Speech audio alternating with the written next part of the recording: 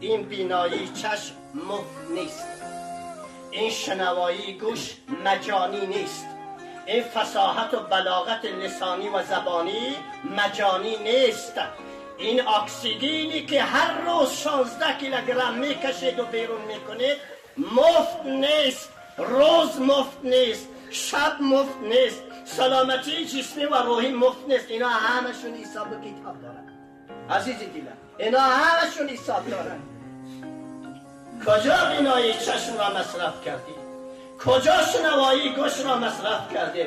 کجا فصاحت و بلاغتی که برای شما عنایت کردم مصرف کردی؟